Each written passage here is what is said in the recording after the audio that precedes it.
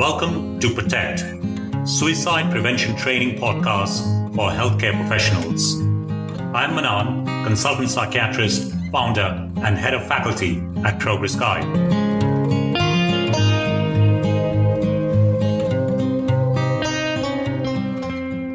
Good day. This is Mahi, your host. We're on to episode 24.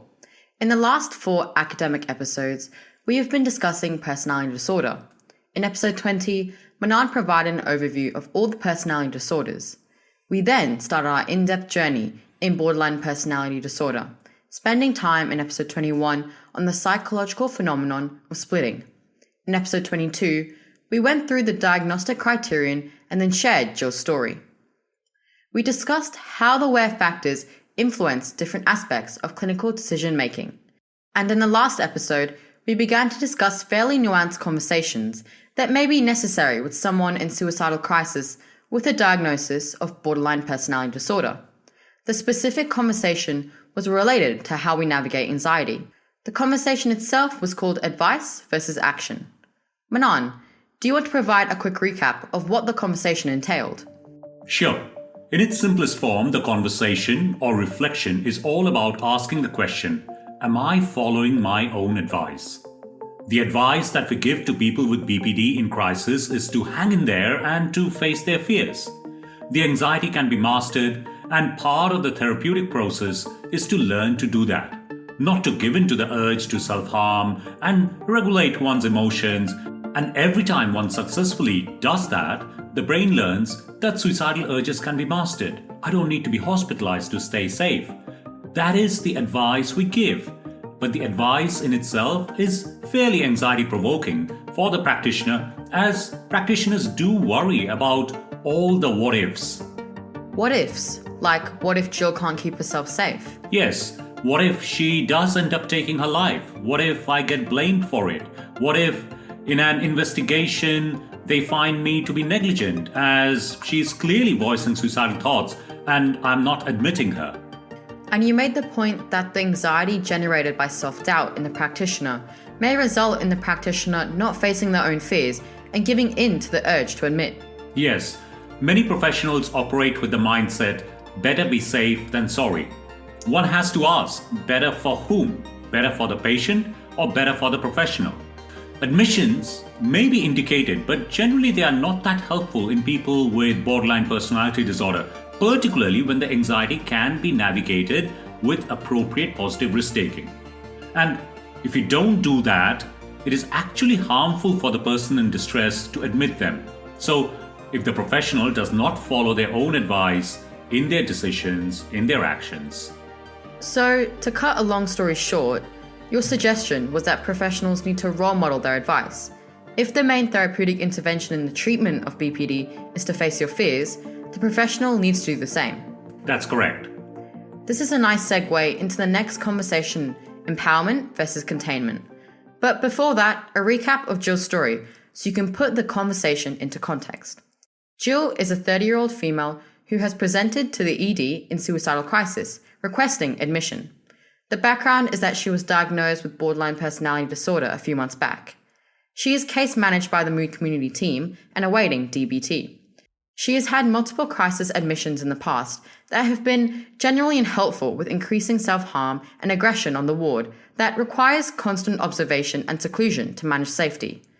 On assessment, you established that there is worsening suicidal ideation in the context of recent relationship conflict. She's feeling hopeless and wants to end it all. She's seeking safety and containment through admission. Following the assessment, you called the on-call consultant to discuss Jill's presentation. Given Jill's past history of hospital admissions, which were generally unhelpful, where her self-harming escalated, a decision is made to avoid admission. The consultant strongly recommends to you that Jill should engage with community team and avoid admission if possible. You were concerned about Jill getting highly dysregulated when she is told that she will be sent back home. You have opened the conversation with Jill using the in-parts technique that we described in the previous episode, sharing with Jill your thoughts and your dilemma.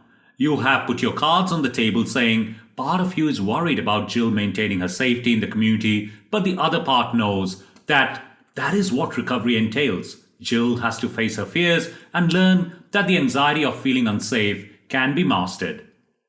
Jill is gobsmacked and tells you that she can't believe that she's telling you that she's worried about keeping herself safe and you just don't care and are sending her home. This is where the next conversation comes in: containment versus empowerment. And it relates to the second aware factor, waiting. Jill is looking for containment, and you are talking about empowerment. There is a clear dissonance between the two positions, and somehow common ground has to be established for relational safety to be restored. Do you actually think that any practitioner will take risks of this magnitude when a person is clearly feeling suicidal? I don't disagree with what you're saying. This is a highly anxiety-provoking situation for all concerned, and that's why we discussed the whole advice versus action, in the previous episode. I also do understand the drive for self-preservation in a practitioner, but that's why the right training, reflective practice, and supervision comes in to enable you to do right by the person, not just in the here and now, but also in the longer term. We pick this up in a later conversation where we discuss the short term versus long term. You mentioned that this conversation relates to waiting. Will you just remind our listeners about what is waiting in the WARE framework? So waiting is on page 52 of the guidebook. It is the second factor in AWARE and captures how suicidality in someone like Jill with BPD gets diluted by their diagnosis, chronicity of repeat presentations, and the nature of the crisis, which is often social in origin, following relationship conflicts, financial issues, accommodation problems, and sometimes alcohol and drug misuse as well. Remember that the standardized mortality ratio of suicide in severe BPD is the highest, 45.1. In comparison, depression's SMR is 19.7. So the diagnosis increases risk. It actually doesn't decrease it.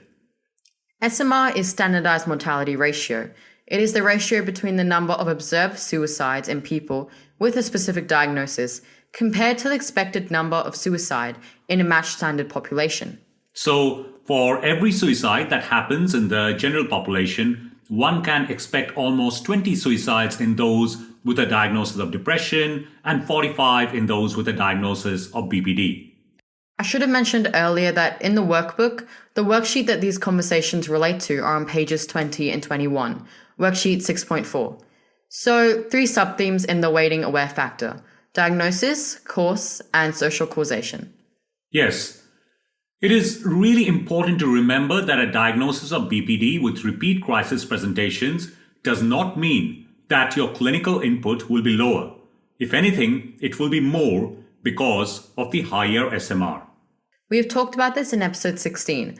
I'm assuming it is the different approach to therapeutic risk management that you were talking about when you say containment versus empowerment. Yes, containment will be our response to a sudden peak in risk. In terms of course, what we would consider to be an acute presentation. There has been a step change in the person's presentation. Now, our response to this needs to be like a response to someone having a myocardial infarction or a stroke. Yes, we did discuss this metaphor in episode 16. I remember this discussion. You talked about taking definitive steps, like in a patient with chest pain having a heart attack, where the professionals take control of the situation. Yes, so jump in and do what needs to be done. The mental health comparator will be someone presenting in acute suicidal distress, a distinct development from their baseline mental health. Here, containment is what is needed, and one may take more restrictive measures like an inpatient admission. Essentially, by containment, you were saying where the professional takes charge of safety. Yes, that would be an appropriate response in a situation like this. The inpatient setting may be much more restrictive than treatment at home, but it is justified in that situation as there is a clear escalation from the baseline. So that is for acute risk. Tell us about the approach to chronic risk. In chronic risk, for someone like Jill with a personality disorder, remember that those with BPD may also have comorbid or chronic depression too. So you may be dealing with a combination of chronic mental health challenges, not just one condition. So their battle with suicidality may be a daily event. Essentially, their baseline is elevated, and their risk has daily or even hourly but minor fluctuations going in between ideation and intention. And we'll talk about this more when we go through the steps model. Sometimes speaking into action with self-harm to release the inbuilt tension rather than with the intent to take their life. In the online safety planning courses at Progress Guide, I've seen videos where you talk about the concept of acquired capability. I am assuming this repeated self-harm or living with suicidal thoughts and plans is a good example of that. Actually, that is a very insightful observation. Those who self-harm repeatedly are desensitized to pain and the idea of death by suicide, very similar to soldiers and health professionals who are exposed to pain and death fairly regularly. This acquired capability may actually explain the high standardized mortality ratio of 45.1 in people with BPD. So you were saying the baseline risk is elevated in someone with BPD, fluctuating between ideation and intention. Yes, now every time Jill presents in crisis, it will be inadvisable and also impractical to admit her. But doesn't the high SMR mean that you should? It means that Jill needs help and active support rather than an admission. Jill does not need containment. Jill needs empowerment. The goal has to be to help Jill understand that she can navigate through this period of heightened suicidality. So this is where the containment versus empowerment theme arises from. Yes, but please remember, the response to Jill needs to be equally thorough, if not more, than to someone with acute suicidality, say due to acute depression. It is qualitatively different, though, to the one of a patient, say, having a heart attack. I have mentioned in episode 16 of how I think of the Jills as patients who have a severe diabetic illness, and they need rigorous support to help them stay on top of their diabetes. A lot of that is self-monitoring and self-regulation, taking adequate insulin, eating appropriately, avoiding hypoglycemic states, getting adequate wound care if they get a cut, and so on. So for chronic risk, rigorous support like in severe diabetes, but care that is primarily led by the person and the person has to take charge of their recovery. An empowered Jill is the outcome one is hoping for. Yes. So we draw on Jill's internal coping strategies, help them understand that suicidal urges come in waves. Every time they use an internal coping strategy successfully, they learn that these urges can be mastered. So the focus is very much on learning distress tolerance and affect regulation. In the guidebook, coping strategies are discussed on pages 143 and 156, but we will cover them later when we do episodes on the Aspire module, specifically the safety planning chapters. So what you were saying about Jill is that a lot of work has to be done following an assessment, and in many ways, admitting will be the easier thing to do, and will defeat the treatment objective of supporting Jill's journey into an empowered space. Absolutely. And there may be a temptation to rationalize Jill's risk away as low or non-existent, as not much has changed. But people with chronic risk need rigorous safety planning, particularly as it is more likely that they would be managed in the community. So a lot of work, and maybe even more work, needs to go into chronic risk management than acute risk management, where you step in and take control and just contain the situation. Empowerment is a much harder route. And this additional work is to prevent people with chronic risk tipping into suicidal action, assuming if you are in that ideation intention tier of the STEPS model, it will not take much to tip one over into a full-blown crisis. That is exactly correct. Understanding triggers, early warning signs, when to use internal coping strategies, when to use external coping strategies, when has it become a crisis, when is it an emergency. So clarity over what to do when and with whom is essential. So a lot of work involved in mitigating chronic risk, just like in supporting people with severe diabetes. So for acute risk, deliver care like you would for someone having a heart attack, and for chronic risk, deliver care for someone with severe diabetes. This whole containment versus empowerment discussion is reminiscent of the care compass. That is again an extremely insightful comment and will help the listener connect the dots. So if you all remember Care Compass, we discussed this it's in chapter 2 in the guidebook, page 10, And if you don't know what the Care Compass is, my recommendation will be to go and listen to episodes 3 and 4. So in brief, the Care Compass has 2 axes. X represents resilience in the distressed individual. So the eastern end or the right end of the axis is resilient, rated at +5. And the western end or the left end is the fragile, rated as -5.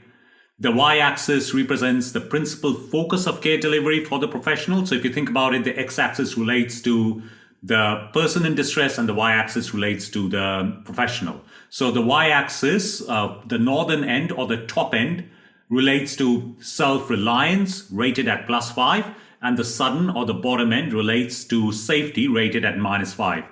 The numbers plus or -5 does not actually indicate right or wrong. It is just to graphically demonstrate the degree of resilience in the person on the x-axis and the clinician's primary focus on the y-axis. This is much easier to follow if you have the diagram in front of you, and the diagram in the guidebook is on page 10. The 2 axes give rise to 4 care quadrants: bottom left or southwest, prudent care; top right or northeast, permissive care; bottom right or southeast, prescriptive care; and top left or northwest, precarious care. So we've described this in detail before, how recovery entails movement from prudent care, which is the bottom left quadrant, to permissive care, which is the top right quadrant. With Jill, if you only focus on containment and hospital admission every time she presents in crisis, then we will be pushing her care trajectory. Either we are keeping it just in prudent care, or we are pushing her from prudent care into prescriptive care, which is bottom left. And that is not the goal of recovery.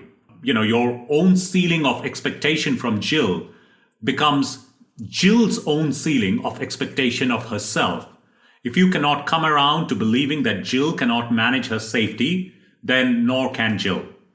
A verbal description without the Care Compass may be confusing. Remember, you can get the images and the show notes at www.progress.guide. So a practitioner's goal is to keep Jill in the top right permissive care quadrant, where the focus is on empowerment, creating longer-term resilience and recovery. Are there times when this may not be the case? Yes. There are times when actually care for Jill needs to be in the prudent care quadrant, where the clinician's focus is primarily on safety and not on creating longer-term resilience, as they relate to scenarios where the risk is acute on chronic. Put simply, when you have an acute on chronic situation, it is like caring for those with a severe diabetes in the midst of a heart attack. So they really should be the top of your response list. If you're not able to differentiate acute on chronic risk from chronic risk, one is bound to take the wrong approach. In care quadrant terms, if you mistake acute on chronic risk as chronic, you can focus on empowerment rather than the essential containment that you need to provide at that time. And you will be pushing Jill into the top left precarious care quadrant. So Jill is so fragile that she's not able to manage her safety, and the clinician's focus has prematurely shifted to resilience. Yes. You all will remember from the nautical metaphor of navigating rocky waters. If prematurely a person is asked to take charge of the recovery, it may be like pushing someone out into open waters on a raft with very few sea survival skills. That is why it is so important to predefine in a person-centered way for each individual what does acute on chronic risk look for them. So for someone who self-harms, it might be their frequency of self-harming goes up from once or twice a week to daily, or they go from self-harming on the concealed parts of their body to their neck and face, or their cuts are getting quite deep and are no longer superficial. This discussion needs to be undertaken when the person is calm, and it works best when you conceptualize these discussions with Jill almost like an advance directive, pre-planning care for these situations. So even if you take restrictive measures focused primarily on containment, Jill has had a say in it and does not destroy her self-belief in managing her safety longer term. If anything, it enhances it as she begins to believe that she can proactively identify such risky scenarios and contribute meaningfully to her safety. In my experience, designing this safety net actually decreases the frequency of such crises as well. This is very relevant for community care coordinators or case managers, as well as community-based psychologists and psychiatrists, but you do spend a lot of time talking about this kind of ultra high-risk scenarios in the suicide prevention training for GPs and primary care professionals. It's a training program called LIFE, designed for primary care folk. They are the ones who deal with a lot of chronic ongoing risk, and doing this workup when the going is good provides clear trigger points of when to escalate to secondary care for short-term intensive crisis support, for these difficult periods to subside and for them to return back to primary care again. Most secondary care mental health professionals struggle to support people with personality disorder. So you can imagine how difficult it is in primary care with 10-minute appointments. But remember, it can be a sequence of 10-minute appointments. That's what our GPs have. That is what management of chronic risk involves. And if one or two of those 10-minute appointments are utilized for forward planning, a lot of risk can be managed. I strongly believe that our GPs and primary care clinicians need these skills, and that's why we have designed a specific program for them to talk through these challenging scenarios and how can they meaningfully contribute to safety for people like Jill, who may be in chronic suicidality for a long period of time, and the GP is the primary source of support for them. Sounds like the escalation from primary to secondary care will be the equivalent of containment, and ongoing management in primary care the equivalent of empowerment if the starting point is in primary care. That is spot on. In secondary care, by containment, we tend to think of an inpatient admission. And by empowerment, we tend to think of community management. So in the next episode, we will pick up the next conversation, inpatient versus community. But you're right, in the primary care setting, if they continue to be managed in primary care, you can think of that as empowerment. And if they do need escalation for intensive crisis support, that would be containment. And in the next episode, when we talk through inpatient versus community, and that would be for secondary care settings, we will go through some practical examples in terms of words to use when talking to Jill or to Jill's family. Actually, I just noticed that we haven't provided specific techniques, like the in-parts technique we discussed in the previous session, and we have run out of time. Most of these conversations are related, and I would request listeners to go back to episodes 3 and 4, as the visual prop of the care compass can be very helpful in having some of these discussions with Jill. I'm aware that as I was describing the care compass, if you don't know what it is I'm talking about in terms of the axis and the quadrants, it might have been very confusing as to what is it that we were trying to say, moving from this quadrant to another quadrant. So just drawing out the two axes and drawing Jill into a conversation about where she believes she is and where you as the professional believe she is, and the reason why the focus on empowerment is essential to recovery. I think in episode 4, we go into a fair bit of detail as to how you can use the care compass. You may actually have to say, like I mentioned in the previous episode, Jill, the easiest thing I can do for you is to admit you. And we will all sleep better tonight knowing your immediate safety needs have been met. But I know if I did that, I am being negligent towards my responsibilities to you. And I'm not doing the harder but essential work that relates to resilience through empowerment. Resilience through empowerment. That has a nice ring to it. I am the master of my fate. I am the captain of my soul. Beautiful words by William Ernest Henley to end this episode on. I am the master of my fate. I'm the captain of my soul.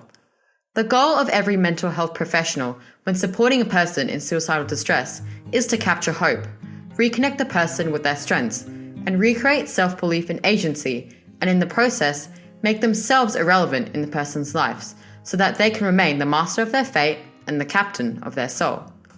Containment versus empowerment is a critical consideration in supporting people with BPD on their road to recovery. When communicating a difficult decision, if you have the theoretical foundations of why you are making the decision you are making, it becomes so much easier to open up a window into your own mind so the person in distress can clearly see your reasoning. If you are able to get across your role, you will heal any ruptures in relational safety. Remember, that is the essence of all these conversations. Have you had a scenario like Jill's where you have explained your role and how, through your decisions, you are trying to empower her and reconnect her with her self-belief that that she can master these suicidal urges. Based on what you've heard, what changes will you make to such interactions? If you have specific questions, please do email us at admin@progress.guide. Share your musings with us. Tweet your thoughts and tag #GuideProgress. It helps get the word out about the podcast to more professionals and supports Progress to Practice. You can access all the transcripts at www.progress.guide. You can connect with Manan on LinkedIn or follow our LinkedIn page by searching on LinkedIn for progress.guide. We are also on Twitter and YouTube. Our Twitter handle is @GuideProgress. As usual, please do follow the podcast. There'll be weekly episodes every Friday and share it with your colleagues. Your ratings will help get the word out, so please don't forget to rate us on Spotify, Apple Podcasts, or Audible, or whichever channel you are listening on. Next week, we will go deeper into inpatient care versus community care and certain innovative approaches that combine both. Challenges in supporting people with borderline personality disorder is a common knowledge and skills deficits. Given severe borderline personality disorder has a standardized mortality ratio of 45.1, it is a critical area for suicide prevention.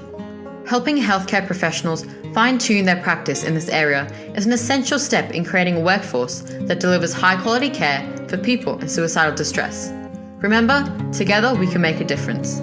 Thank you for joining us today and keep spreading the word.